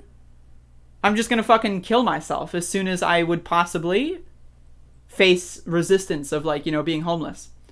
And so, like, that does a lot of damage on the brain, right? Like, my brain developed as a teenager around the idea of, like, I never thought I would be 24 years old. Like, I was thinking I'll probably kill myself when I'm, like, 17 or 18. And then I became 19. And it's like, all right, it's probably coming any moment now. And then I became 20. And then 21. And then 22. And then it's like, I finally realized, wait a second. Instead of just living year to year, I can just, like, live the rest of my life. And it's like, this is the first year of my life. Well, like, last year as well. But this year is, you know, it's just compounding off each other. This is, like, the first year of my life where I feel like I can't wait until my birthday. I can't wait until, you know, next year. I can't wait to just live life, you know? And it's just like, I never thought about that before. And it's just, it's incredible to me. It's like, I've got, like, so many options now that I never even dreamed of. And it's made me want to, like, look at the whole world. It's made me want to learn so much. Like, it's made me want to read and, like, talk to so many different people. And so, I mean, that's kind of where I'm at. I just want to, like, live as long as I possibly can. Like, again, I'm just going to kill myself when I'm, like, 17. So it doesn't matter if I eat fast food and ice cream every day. It doesn't matter if I self-harm. It doesn't matter if I, like, you know, would cut myself or, like, you know, it doesn't matter because I'm just going to die. So the long-term damage is not, you know, doesn't matter to me. But now it does. Because I've realized, like, I'm 24. I'm really fucking young. I've got my whole life ahead of me. Right? I'm extremely young. I gotta get my shit in order. And so, like, this last year with the pandemic, right? Like, I've lost, like, 80 pounds. I got, like, a lot of flabby skin I gotta deal with. But, you know, we'll get on that. But I've lost, like, 80 pounds since this time last year. Right? And that's, like, you know, and I've exercised. I've, like, increased my stamina. I've, like, you know, gotten slightly more arm strength, you know, so I can open pickle jars now. And I'm working on it slowly but surely. But, like, I actually want to fix the damage that I did for the first 23 years of my life. So many Max pictures to post. Exactly. I lost 200. I got skin for days. I mean, I know, like, and that's the thing is, like, you know, to me, it's just like a sign of, like, I got stretch marks everywhere. Like, all over this shit, I got hella stretch marks. But to me, it's like, whatever. I mean, to me, it's just like, I overcame what personally was like the most scary portions of my life.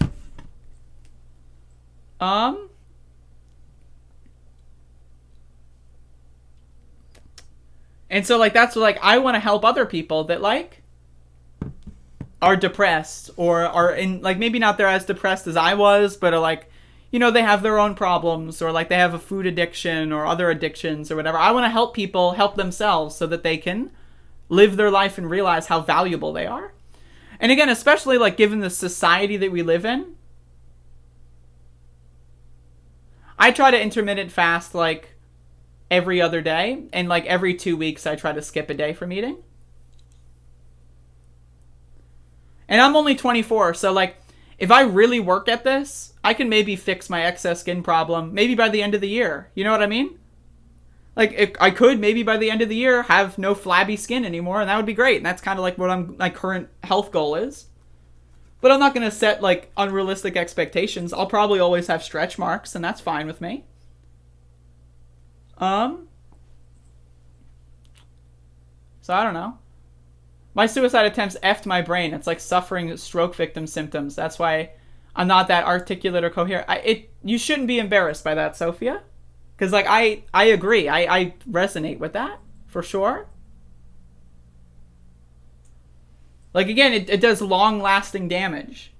And it like makes it to the point where it's like if you're doing terrible things to yourself and maybe others, you don't think about the repercussions of that because it's just like, oh, I'm just going to kill myself anyway, so it doesn't matter. It doesn't matter if I say or do horrible things to myself or others because I'm not going to live that long. I'm not going to deal with the repercussions or ramifications. I'm not going to have to like, you know, worry about like, you know, might as well eat that second tub of ice cream. You know, like that's kind of like my mentality. And it's like, at this point, it's like, I can't even, the idea, like I used to eat gallons of ice cream a day. And it's like, the idea of doing that now, I couldn't even eat like a couple spoonfuls at this point in my life.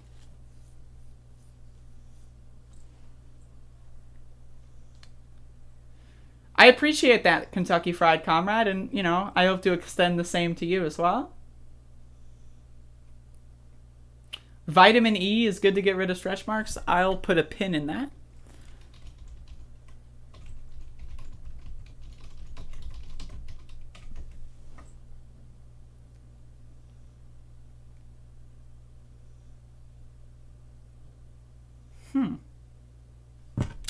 I'll put a pin in that. I'll look at that later. See, that's what I'm saying. Christian's just telling me something I didn't know. And now I know. And I'll research it. And then I'll know. Isn't that amazing? It's incredible.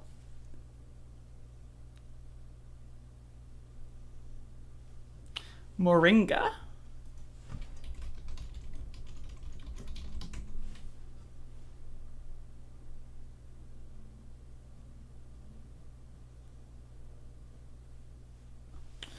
Hell yeah. But yeah, like we're also in this society again. The cheapest food is the unhealthiest for the most part. Like, we're in a society where everyone's taught to hate each other. We're in a society where, like, everyone's atomized and afraid of each other. We're in a society where, like, everyone's scared and alone. And it's like, that's the society we are all born into. That's the society we all live in. We gotta find a way to fucking fix that shit.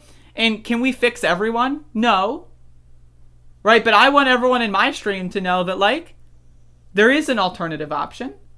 You know, you can fix these problems, and I'm here to help. And if you want to, like, you know, hit me up in a messaging somewhere, that's fine. We can talk more about that. Like, you know, there's so much about, see ya, Hirota. Lunch break is about to end. I mean, I'm ending this soon anyway, so. So you know what I mean?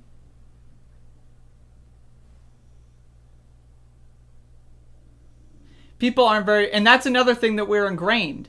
That's taught to us. Like my mother taught me explicitly, like she said words to me that were like, if anyone ever tries to tell you that you're doing something wrong, you know, don't listen to them. My mom tried to raise me to be like, you know, as for her to be like the only kind of source of information in a lot of ways. You know what I mean? So it's like, that fucks the way your brain works up. You know, it just fucks it up. Most of us, like, were born by accident. Our parents didn't, like, spend, like, 5 years writing out a plan. Like, I'm going to raise my kid, and I'm going to teach them to be a critical thinker, and I'm going to... Most people don't do that. Most people just have kids on accident. Like, in my situation, I had a single mom. So, like, my mom, most of the time, throughout my life, when she was home, she was sleeping. And just, like, giving me cartoons or video games to play. So, it's like, I never had, like... real experience with, like, learning from, like, I never got taught anything outside of school or, like, you know, my direct family members. I did have coffee this morning. I had a big ass, I only slept like 5 hours or so I had like a big ass cup of coffee, but it was at like 7:30ish or like 8. So like it's, you know, it's starting to taper off.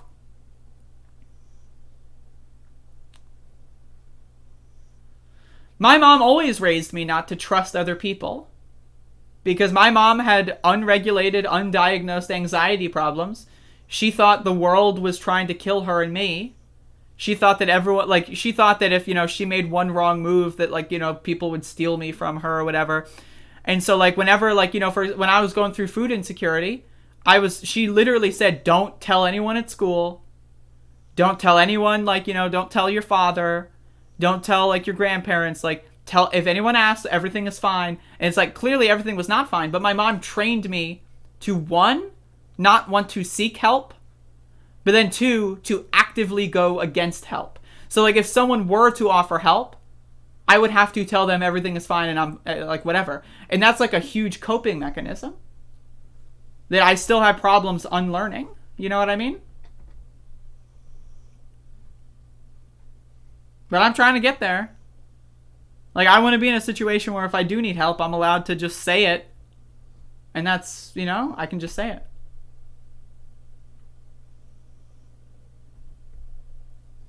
That's pretty epic, Captain Spock. Anyway, I'd like to thank everyone for listening to this bizarre TED Talk. I appreciate all of you.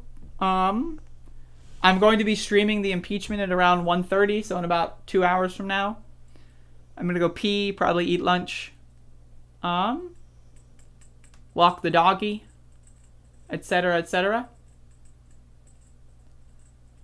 This is collectively all of our trauma, though. We don't feel the same. We make it, we have to make solidarity fashionable again. I think young people are over rugged individualism. Yeah, absolutely. Absolutely.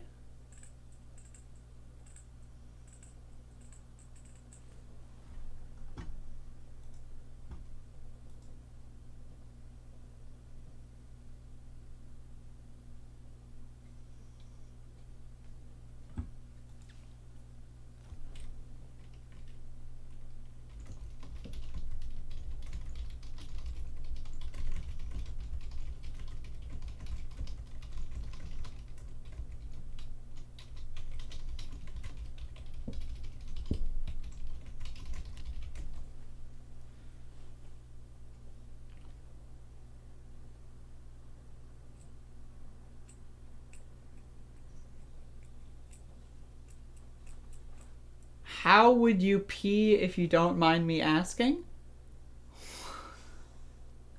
What do you mean by that? I open the floodgates and my bladder empties into a toilet. What does that mean? How?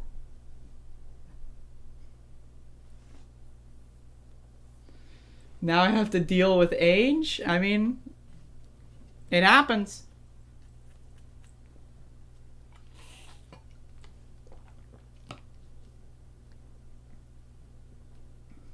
Very carefully.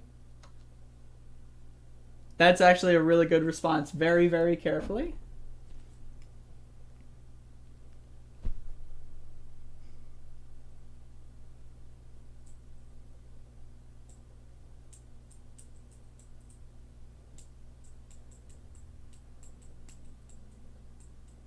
I kind of have to pee, so. But yeah, I mean, I just want to say thank you all for watching. I like doing a little bit of these, like, philosophical shows every now and then, because I just want to give people, like, things to think about. And that's kind of my thing. I just want everyone to be better. I want everyone to have better lives. Like, again, my life mission is I want, if you watch any of my videos or if you listen to me speak even for 10 minutes, I want your life to be directly benefited as a result of my intervention. You know what I mean?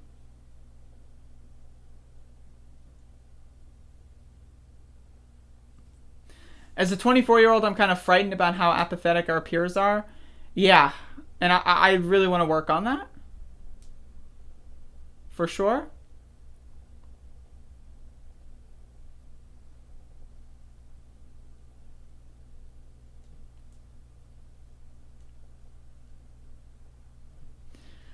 Apathy is a coping mechanism, exactly.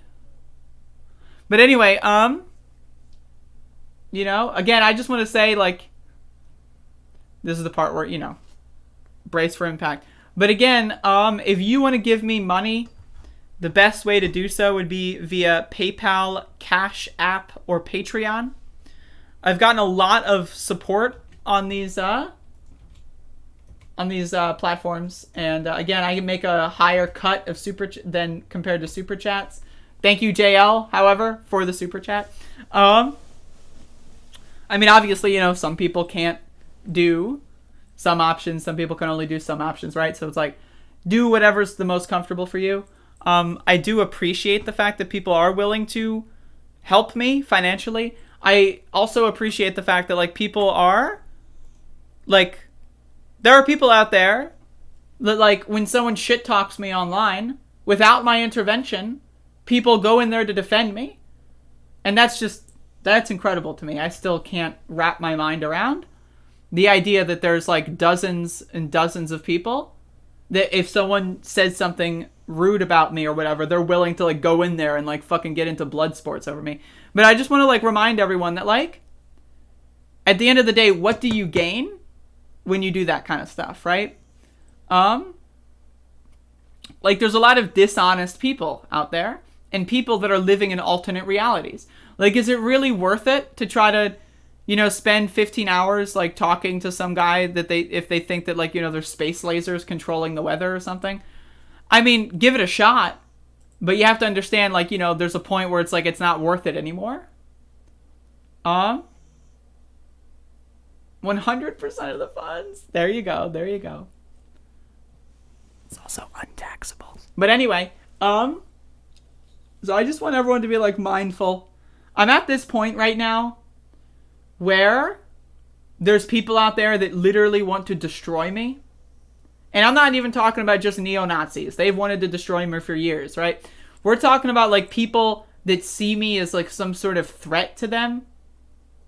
And they want to, like, destroy me as a result. Glenn Greenwald said he would reply to my email, but has yet to do so. I was going to talk about all that, but, you know, it's just, it's too much for me right now. At the current moment. Like, I will give it a little bit more time to develop. But I've got a conversation that I am going to upload tonight, sometime after the impeachment stream. You might already see the premiere page on my channel. But I've got a conversation that is going to be airing tonight with DJ Elf 7. And they are connected to, like, the Nico House and Tulsi Gabbard crew. But, like, they have a very good bullshit meter, right? And so, like, they, like, you know, we've been trying to do a show for, like, a month now, but, like, you know, his schedule's a little wacky. But we finally did one a couple days ago. And we talked a little bit about, like, you know, Tulsi Gabbard as a politician. And, you know, we talked about what the goal of these, like, Nico House people are. We talked about, like, you know, a lot of that stuff. We talked about a People's Party. So that's going to be airing after the impeachment stream. And y'all can check that out. I would definitely recommend watching it because it was a very interesting conversation. And also, he's gotten a significant amount of flack for talking to me. And people are not trying to cancel him for speaking to me. And it's, like, just so bizarre. It's so bizarre. You know what I mean? It's just, it's incredible to me. It's incredible to me. That it's like, someone can, like, again, you know, Nico House, literally, he is personal friends with Jack Posobiec, who is a very popular Nazi with fucking a tremendous following. And they're friends. They're buddies. They work on projects together.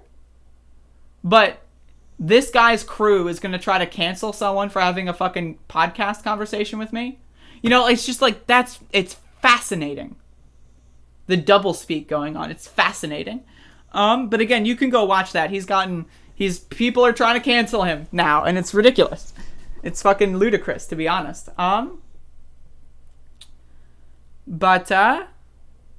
Yeah, so that's going to be live. Of course, again, I'm going to be covering impeachment in a few hours. And if anyone ever needs anything from me, feel free to reach out, and I'll, do what I can. And again, if you reach out to me and I don't respond, it's not because I hate you. It's because I just, sometimes I get a fuckload of shit coming at me, and I click on something, and I'm like, I'll respond to this in a sec, and then, like, I get distracted. So just, like, feel free to bump. Feel free to say, like, hey, if I, ignore you for 24 or 48 hours. I got a water filter called, like, Zero Water. Mud Joseph. So that's what I'm going on. I'm working on that. That's what I'm utilizing at this current moment. But yeah, so again, I just want to make sure everyone understands that I'm here to help. I just want everyone's lives to be better. And at the end of the day, the only thing that really matters at the end of the day is giving me money on PayPal, Cash App, and Patreon. So,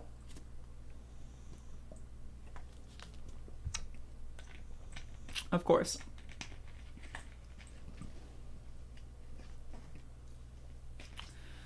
I appreciate that, Doomerson. I appreciate that. But anyway, I'll see y'all tomorrow.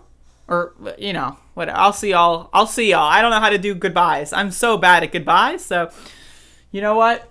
Look at Max. Look at that. You see that? Look at that dog.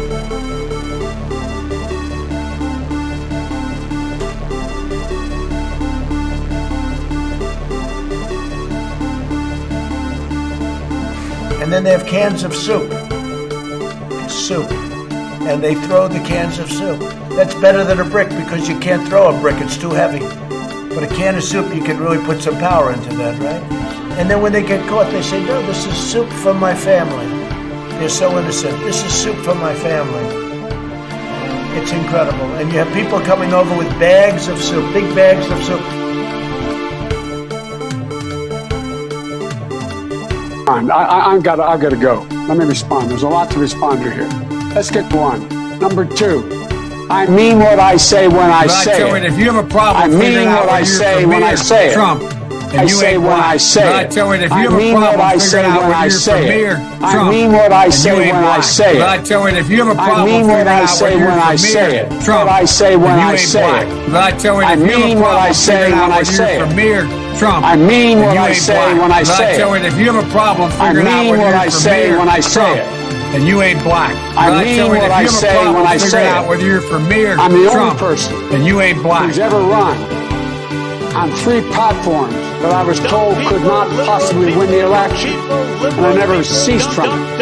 One was on restoring the soul of this country because of what I saw happen in Charlottesville. That was it. No one else was talking about it. Very the founder of the Proud Boys is the Fed. I don't think anybody was surprised about that at all. He looks like a narc. I mean, the Proud Boys I've been saying for a while, they're clearly the same thing as Antifa. Like, Antifa and Proud Boys just came up out of nowhere with Trump, and we're gonna talk about that stuff. Founder of the Proud Boys is the Fed. I don't think anybody was surprised about that at all. He looks like a narc. I mean, the Proud Boys I've been saying for a while, they're clearly the same thing as Antifa. Like, they had a very bad original concept. It was carried out poorly. Oh, seriously, hot sauce. I've been eating a lot of hot sauce, a lot of raw peppers and hot sauce. Watch a campaign with the man Tim Kaine. Tim Kaine in the membrane. Tim Kaine in the brain.